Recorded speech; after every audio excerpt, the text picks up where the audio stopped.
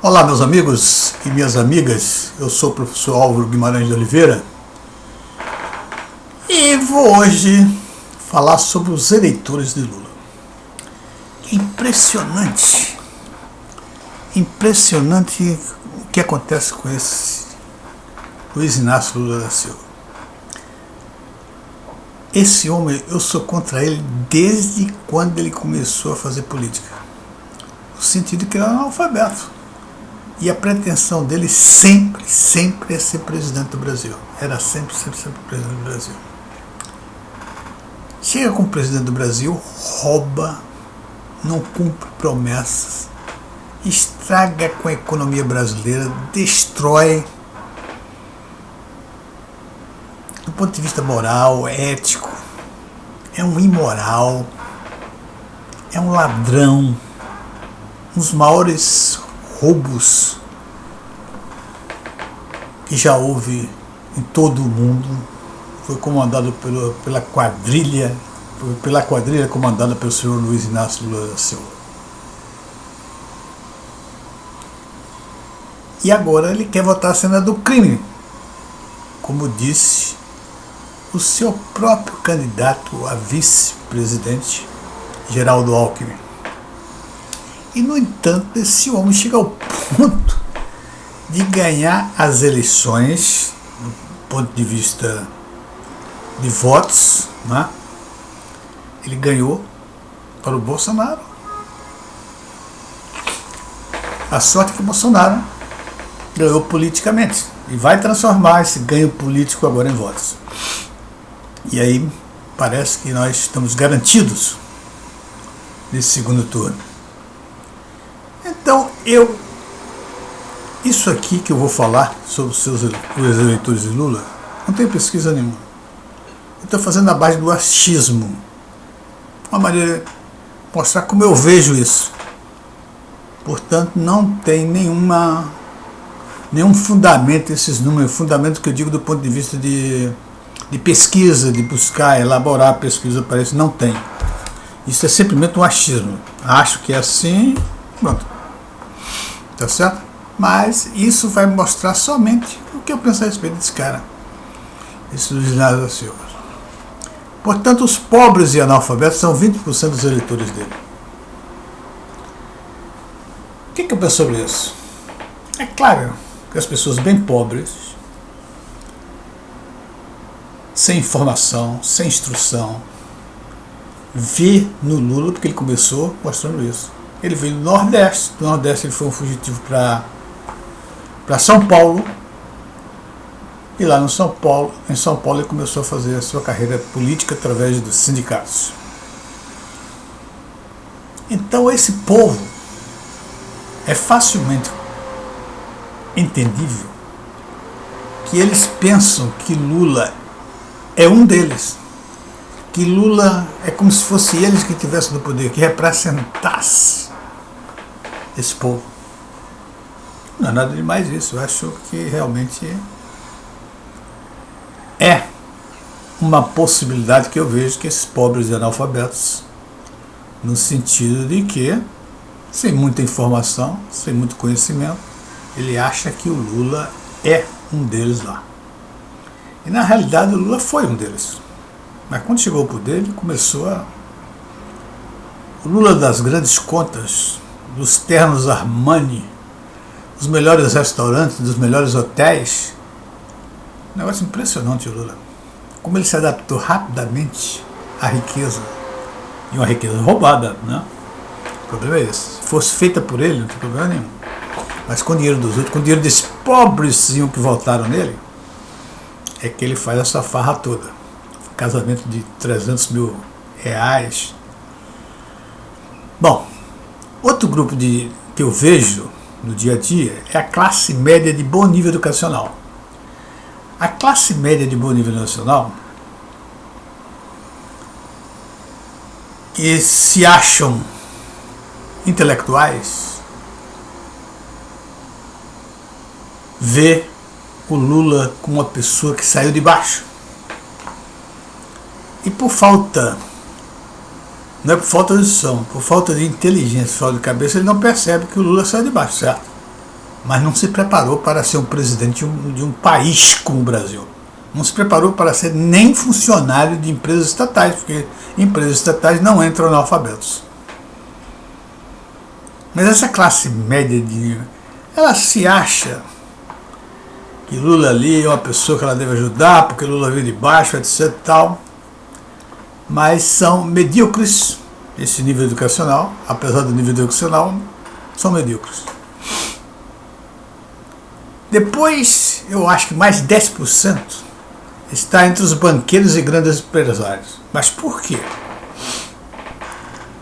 Existe uma lógica fundamental nisso aqui, os grandes banqueiros e empresários. Porque o Lula é um estatizante. Se ele é estatizante, o Estado vai ser enorme, tem um peso grande. E ele é uma pessoa fácil de ser controlado por esses grupos. Primeiro porque ele inveja esses grupos. Ele gostaria de ser um empresário milionário ou de ser um banqueiro. Ele inveja os banqueiros e empresários. Então ele fica na mão deles. Tanto é que no governo Lula foi quando os banqueiros ganharam mais dinheiro na vida, foi no governo Lula. Era fácil, Itaú, Bradesco, tal, dominar o Lula e fazer as coisas que quiserem.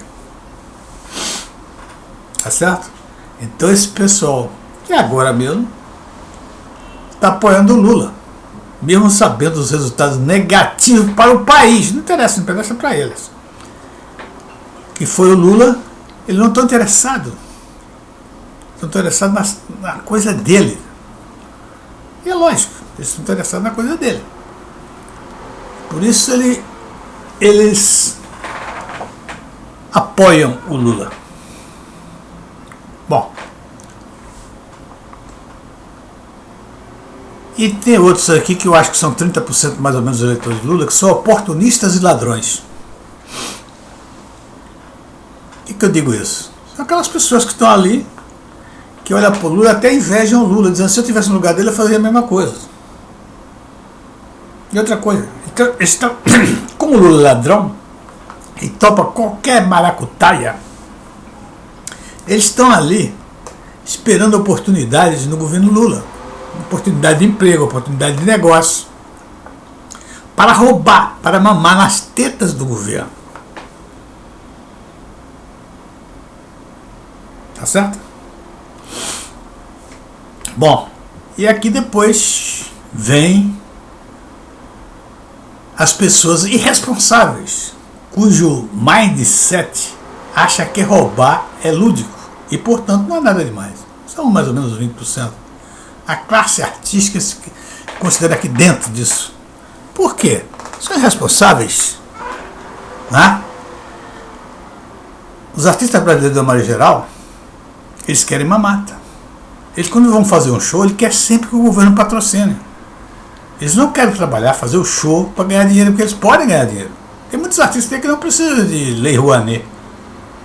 E fazem o show e ganham dinheiro e ficam ricos e milionários. Por que esses ladrõezinhos de meia tigela, tipo Caetano Veloso, Maria Bethânia, a Fernanda Montenegro, tudo para fazer um showzinho, um teatro, uma peça de teatro, precisa de ajuda do governo? Eu acho que é uma preguiça e irresponsabilidade, porque elas falam tanto do povo, de proteção ao povo, ao pobre, e nem tem vergonha de receber dinheiro do governo, um dinheiro que seria ou deveria ser destinado à educação, à saúde. Não para os bolsos de artistas que podem ser até milionários sem precisar disso.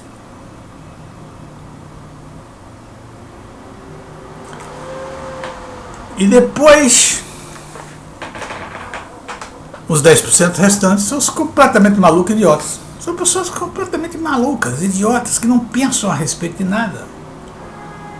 Fala que o Bolsonaro é nazista, é fascista, né?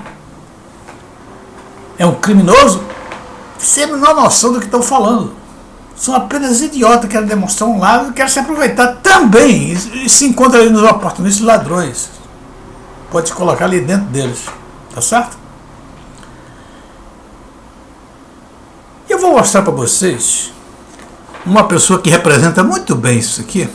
Né? As pessoas responsáveis, cujo mindset acha que roubar é lúdico e portanto não é nada demais. 1%. É um representante maior disso. Vou botar esse videozinho aí para vocês verem. Você vai até tomar um susto que você não imaginava que esse rapaz fosse assim.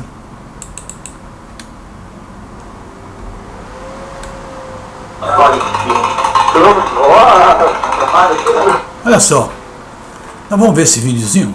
Que é um vídeo do Chico falando.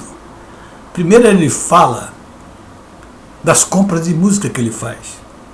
É um absurdo, um rapaz tão comunista, um rapaz tão a favor dos pobres, que compra a música do pobre e não associa a letra, ou que ele pode comprar a música e botar a letra dele, sei lá, ou comprar a letra e botar a música dele, mas ele compra de alguém e paga uma bagatela. E depois que eu estou vendo esse vídeo, que eu vi esse vídeo, eu hoje desconfio do talento do Chico. Será que o Chico é tão talentoso assim? Quantas músicas dele realmente foram boas? Você vai ver aí, ele faz uma verdadeira feira em relação às músicas. Vamos ver aí.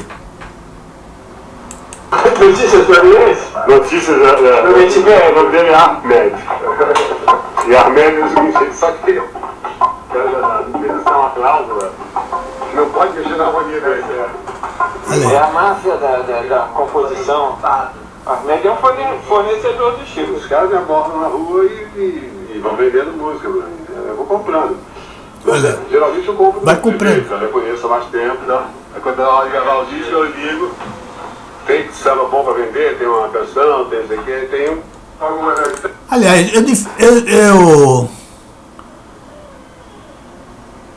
eu como é que é? Eu convido algum jornalista, eu desafiaria algum jornalista bom para fazer um levantamento disso, para ver se pode mesmo saber quantas músicas Chico comprou, quantas músicas são dele de verdade. Eu acho que da maneira que ele fala aí, é um comércio existente. Tem cara que fornece só para ele. Então eu acho que mexeria muito no talento dele, na qualidade do talento dele, se essas músicas fossem separadas. A música que ele mesmo fez, que ele botou música etc e tal, e as músicas que ele comprou. E, claro que tem outra classificação. Ele pode comprar uma música e botar uma letra.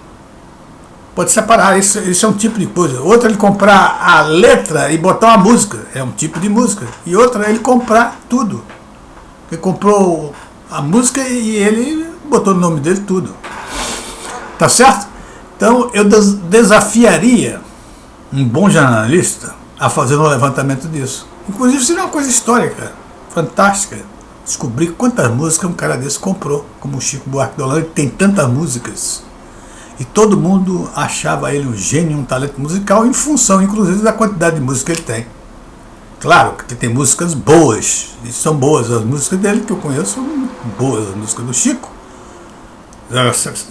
Quantos por cento foram compradas? Isso seria importante para a história da música brasileira. Tá certo? Vamos lá. Uma novidade, tem uns 8 ou 9 compositores habituais. 8 ou 9 compositores habituais que ele compra música. O meu trabalho é buscar. Eu faço canções assim, faço canções femininas. Olha aí. A alma feminina do Chico parece que ele comprou o que ele está dizendo aí. Estão no asilo, eles já pararam. Ou se pegam as coisas meio má qualidade, enfim. Eles se repetem, né? Então eu tenho que estar trocando de fornecedor. Quer dizer, aí eu vou lidar com gente que eu não conheço. é um comerciante da música, Esse é Chico. a primeira vez. Esse fornecedor eu não conhecia. Ele veio de uma referência e tal, então eu achei interessante. Né? O nome dele é Ahmed. É o Ahmed? Não, é Ahmed. Comprou caro pra casa. Mas quando eu estava precisando, ele sabia que eu estava pior. Olha para isso. Ele rindo do cara. Ahmed é novo, mas não quero atrás dele não, porque ele deu uma canseira danada. Ele faz um trato e depois o cara não entrega um pedaço só, aí cobra com a chantagear. Aí entrega a música. E a letra? Espera aí. Tá mais complicado do que eu pensava. O que quer dizer com isso, Ahmed? Quer dizer que ele compra música e letra você também. Quer dizer, aí vai aumentando. Filho, já estou no prejuízo danado.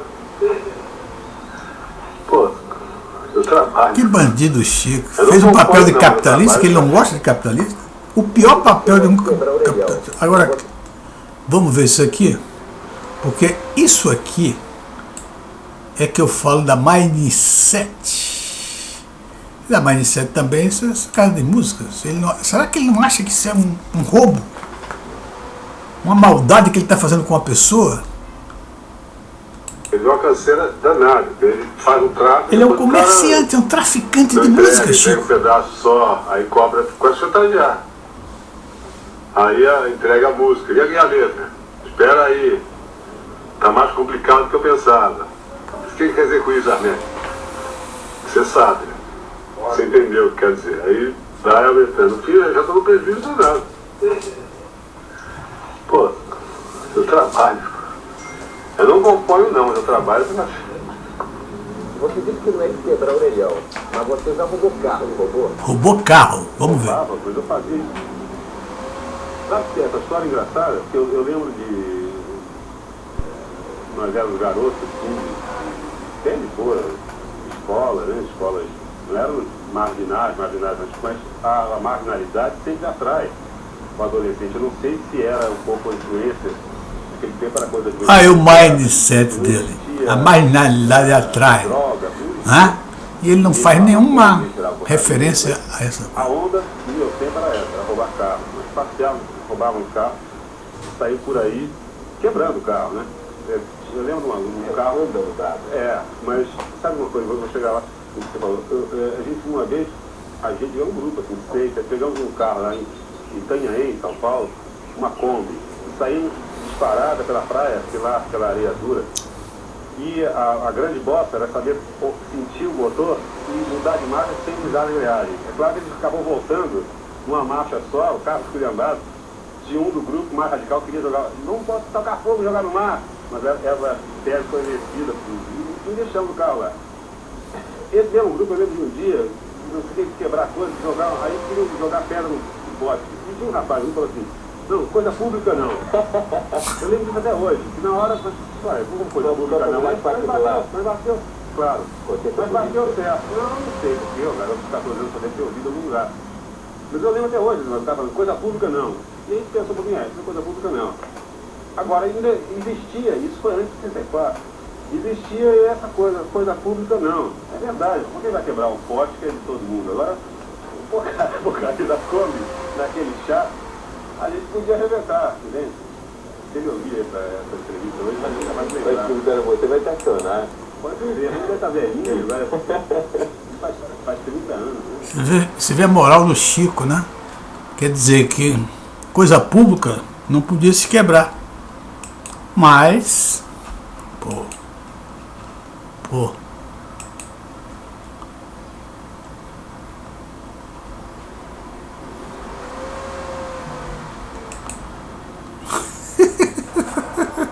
Eu não estou sabendo. Tá bom. Aí, foi embora. Muito bem, pessoal. Então você vê a moral do Chico, cara.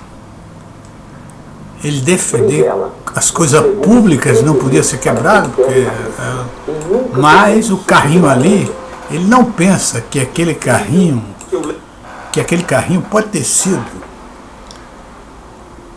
uma pessoa que veio de baixo, que foi juntando dinheiro, trabalhando duro, e comprou seu carrinho. Ele bota na porta com o maior orgulho, no outro dia ele olha e não vê o carro. E quando vai atrás na polícia, acha o carro todo quebrado, detonado pelo seu Chico Buarque de Holanda. Um playboyzinho. Ladrão de carro. Né? Isso é horrível. Talvez, eu acho, que é por isso que ele adora o Lula. Ele acha engraçado o Lula roubar. Olha, o Lula é muito pobre. Coitado, veio de baixo, roubou 200 milhões, qual é o problema? Roubou de todo mundo. Todo mundo perdeu um pouquinho e ele se encheu de dinheiro. Isso é a lógica do Chico Buarque de Holanda.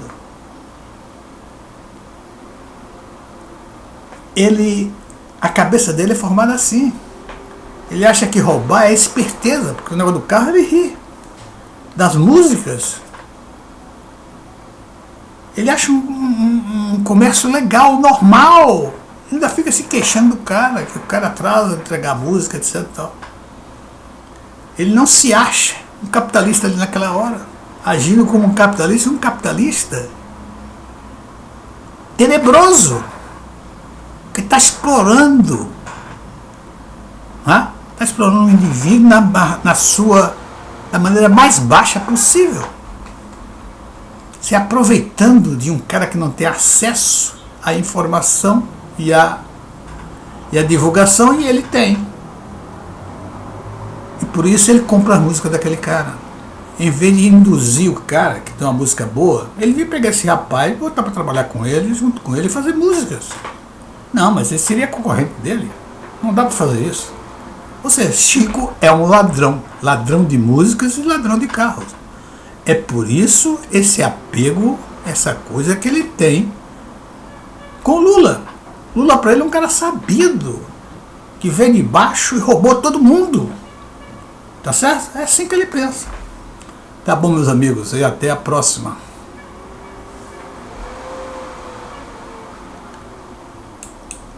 Rapaz, esses bandidos não são